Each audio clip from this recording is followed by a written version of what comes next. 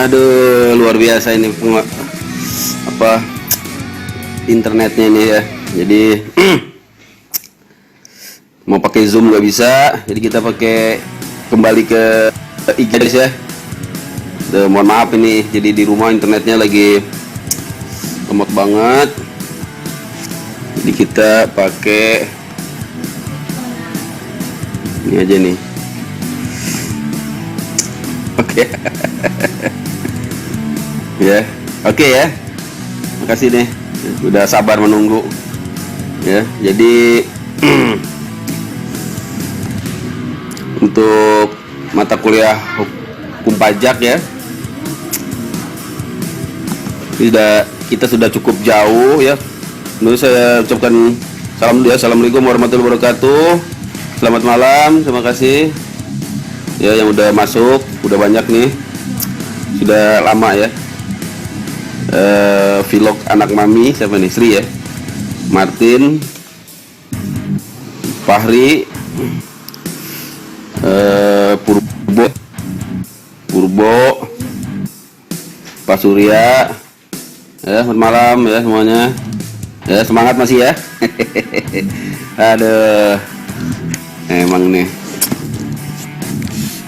Jadi gini guys ya, kita sudah jauh nih perjalanan kita sebenarnya ya. Jadi ini kelas A6162 ya.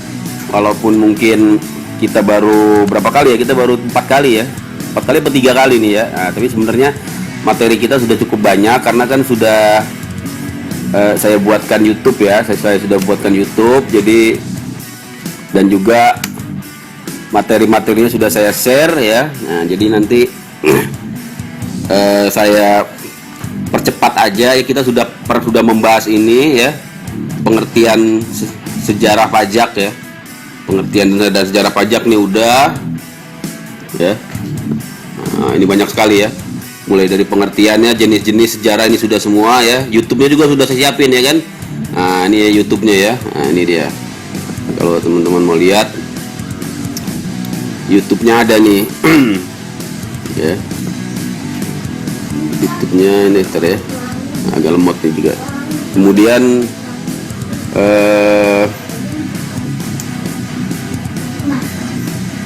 ini ya, nah ini YouTube-nya ya. Nah, silakan teman-teman cek lagi ya. Itu sudah saya siapkan. Kemudian sumber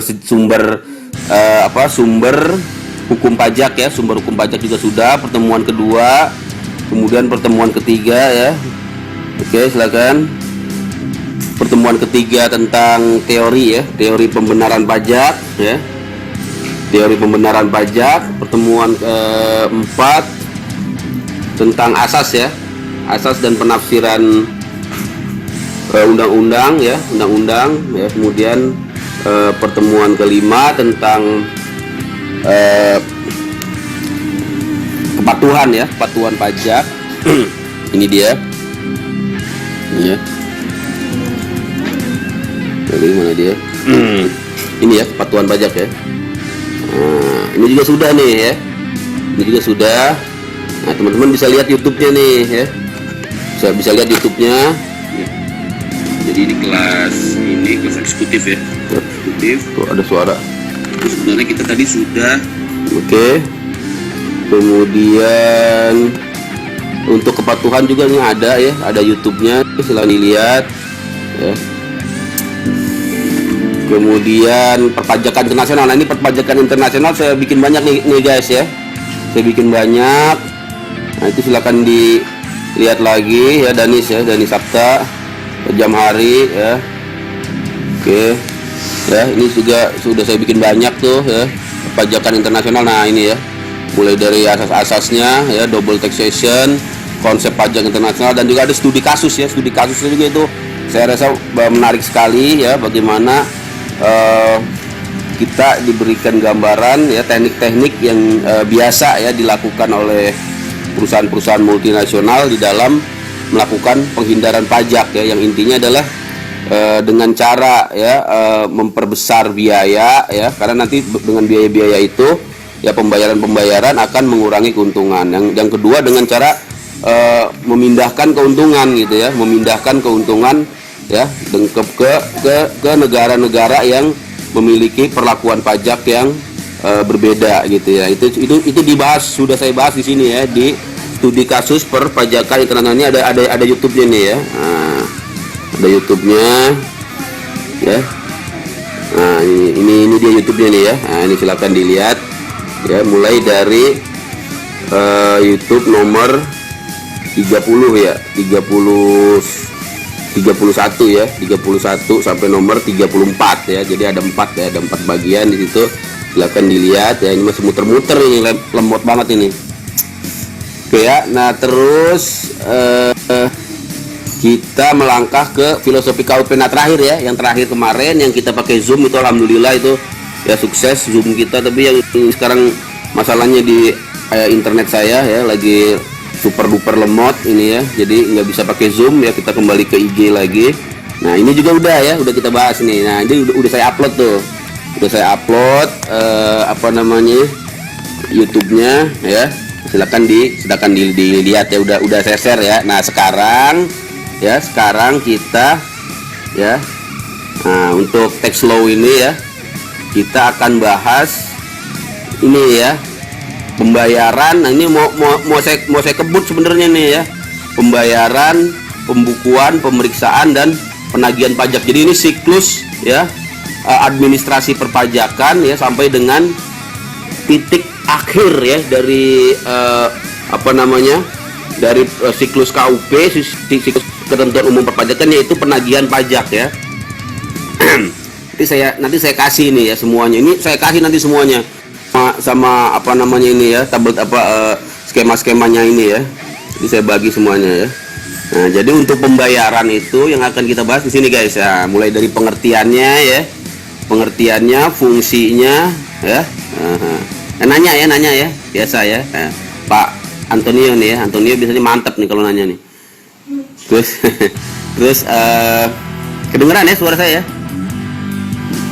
Dengeran kalau saya ya, pengertiannya nanti, untuk slide-nya saya share ya nanti ya, untuk slide-nya foto ya, foto silakan masuk ya. Untuk slide-nya nanti saya share ya, ini dia slide-nya ada nih ya. Nah ya, ada slide-nya ini. Nah ini dia, ini dia slide-nya ya, nanti saya share ya.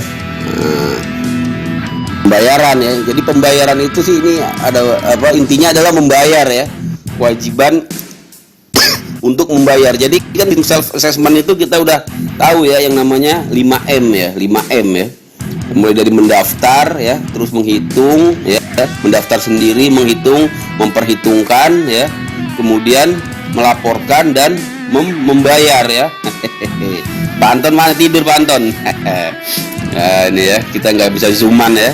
Nah, ya. Nah, terus apa namanya? Nah, ini ya. Jadi ini kewajiban ya. Kewajiban yang berikutnya adalah membayar ya. Nah, dengan menggunakan surat setoran pajak ke kas negara. Nah, ini sih saya kira bisa saya percepat ya. Bisa saya percepat masalah pembayaran ini ya. Jadi intinya ini ya yang mau kita bahas ini nanti ya. Nah, ini dia.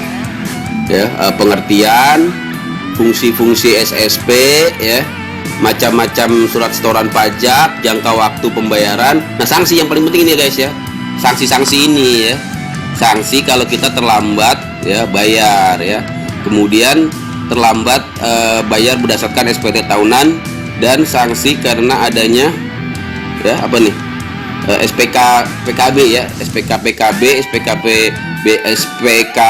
SKPKBT ya, surat ketetapan pajak kurang bayar tambahan, surat ketetapan pembetulan, surat keberatan, dan ini nanti menimbulkan keterlambatan dalam pembayaran, dan ini ada menimbulkan sanksi. Nah, saya kira mengenai pembayaran itu aja ya. Yang terakhir adalah sanksi pidana ya, sanksi pidana karena tidak bayar ya, tidak store ya. Nah, nanti kita lihat satu-satu ya. Ini agak cepat aja. Saya pengen kita nanti selesai sampai sini guys, sampai ke penagihan ya, sampai ke penagihan. Nah, besok kan udah pertemuan ke-5 ya, 5 pekan 6 ya. Nah, udah tinggal sedikit lagi ya. Udah tinggal sedikit lagi. Nah, makanya nanti saya pengen di sini ya kita masuk ke upaya hukum ya. upaya hukum banding ini dia. Nah, ini banyak banget ya.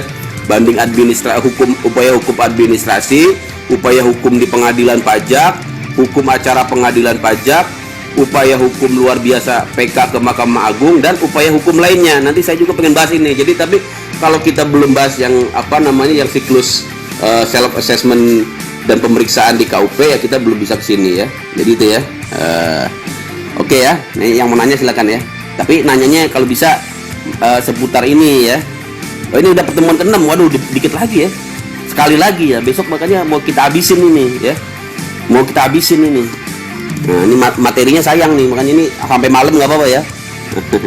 Nah, jadi kembali ke masalah pembayaran ya. Pertama pengertian, saya kira ini bisa dibaca lah ya. Pengertian pembayaran ya. Intinya adalah menyetor ya.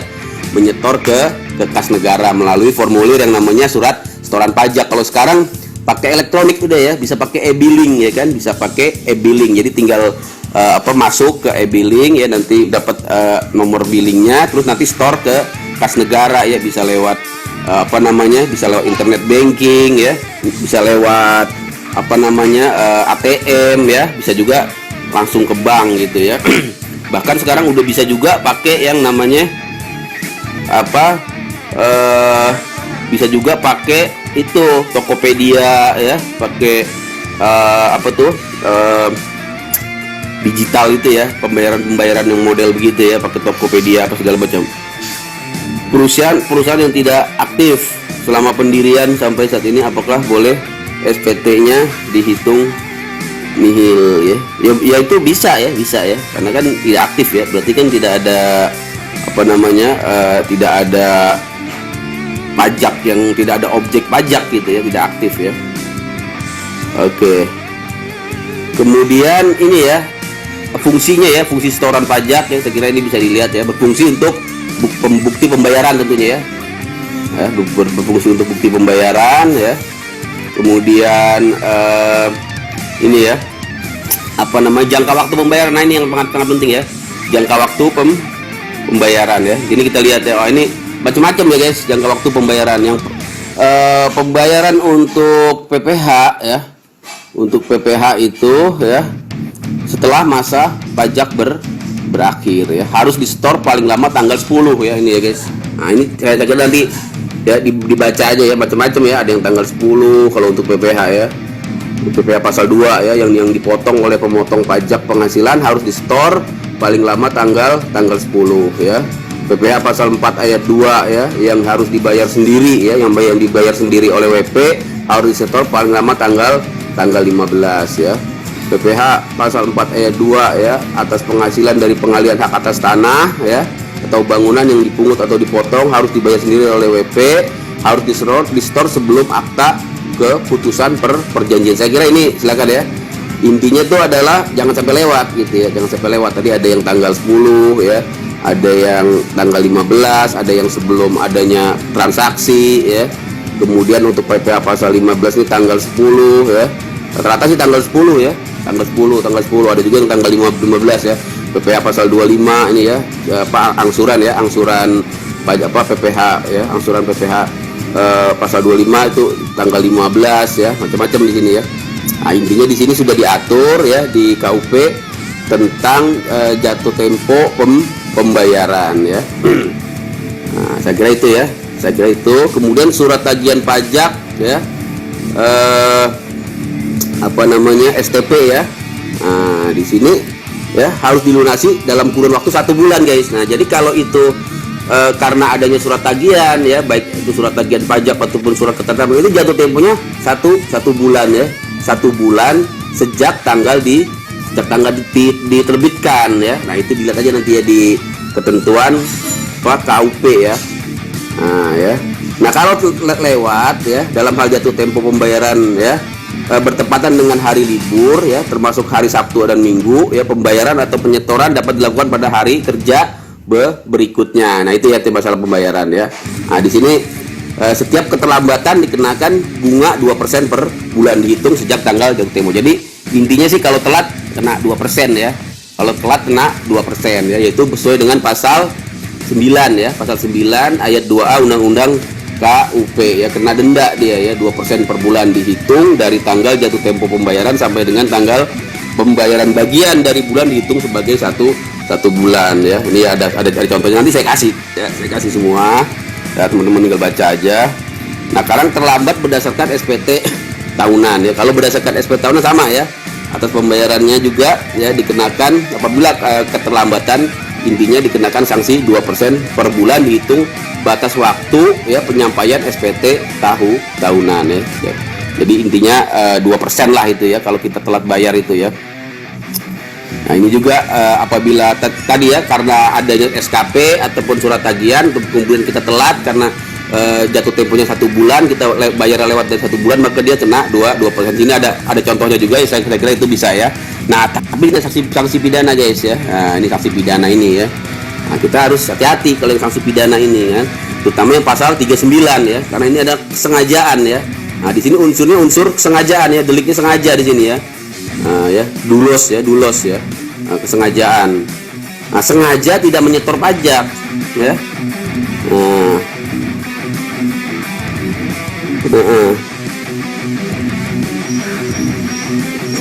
Wajib pajak perorangan mengenai SPT-nya dilaporkan tidak jika orang tersebut tidak memiliki penghasilan bulanan. Tidak usah ya, tidak usah ya. Kalau apa tadi, wajib pajak perorangan mengenai SPT-nya, oh SPT ya, kalau dia punya NPWP dia kan tetap kalau dia apa namanya tidak punya penghasilan ya, dia ngisi SPT aja ya, ngisi SPT aja nihil ya, ngisi aja SPT nihil ya, untuk pertama aja ya. Nah, nanti sesudah itu ya dia akan sama pengaji sama kantor pajak ya, akan di NPWP-nya akan dinonaktifkan gitu ya, akan dinonaktifkan lah istilahnya, sehingga dia tidak memiliki kewajiban untuk membayar SPT gitu ya, karena dia tidak memenuhi kriteria objektif ya.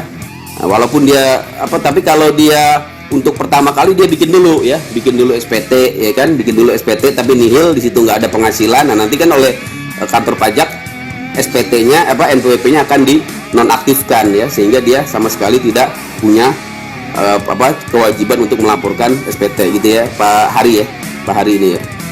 Oke. Terus ini kembali ke sini ya, sanksi pidananya ini ya. Jadi kalau kita tidak sengaja tidak nyetor ya, tidak sengaja tidak menyetorkan pajak yang telah dipotong atau dipungut sehingga menimbulkan, jadi ada unsurnya di sini sengaja ya, sengaja tidak menyetor ya, tidak menyetor pajak ya yang telah kita potong ya, udah kita pungut terus tidak disetor ya. Nah, dan menimbulkan kerugian pada pendapatan negara, dipidana ya. Nah, ini pidananya ya 6 bulan minimal ya, dan paling lama 6 tahun, kemudian kumulatif ya, dan denda paling sedikit 2 kali ya, paling banyak 4 kali. Nah, jadi ini memang pasal 39 ini ya sama seperti kemarin yang yang masalah SPT. Jadi memang di sini menggunakan pidana kumulatif ya, kumulatif, karena di sini menggunakan ya kata sambung dan ya, kata sambung dan di sini ya. Jadi tidak bisa menggantikan ya, tidak seperti di pasal 38 ya. Dendanya 100.000 ya, Pak mau tanya, kalau lapor SPT tahunan telat lapor ada dendanya? Ada ya, dendanya 100.000. Udah kan, udah saya kasih tahu mana ya. Udah kemarin ya. Udah 100.000 kalau untuk orang pribadi ya, tapi kalau untuk badan ya 1 juta ya. Kalau untuk badan 1 juta ya, untuk SPT tahunan. Kalau untuk SPT masa dendanya 500.000 ya, Pak Surya ya. Ini ngisi aja, jangan sampai telat ya. Soalnya ini yang orang pribadi kan dikasih relaksasi nih ya, karena COVID nih. Ya. Ini sampai bulan April masih bisa nih ya, isi aja ya. Takutnya kena denda cepet gitu kan, lumayan. Terus apa tadi ya? Nah, ini sanksi ya. Saya kira untuk pembayaran itu ya. Nah, kita langsung ke pembukuan. Nah, ini yang penting nih guys ya, masalah pembukuan ya. Nah, kita masuk ke sini nih. Pembayaran udah ya. Ini dia ya. Pembukuan. Jadi pembukuan, ada pencatatan ini ya. Nah, kita lihat ya. Nah, ada pembukuan atau pencatatan. Jadi ketentuan manfaat lapor pajak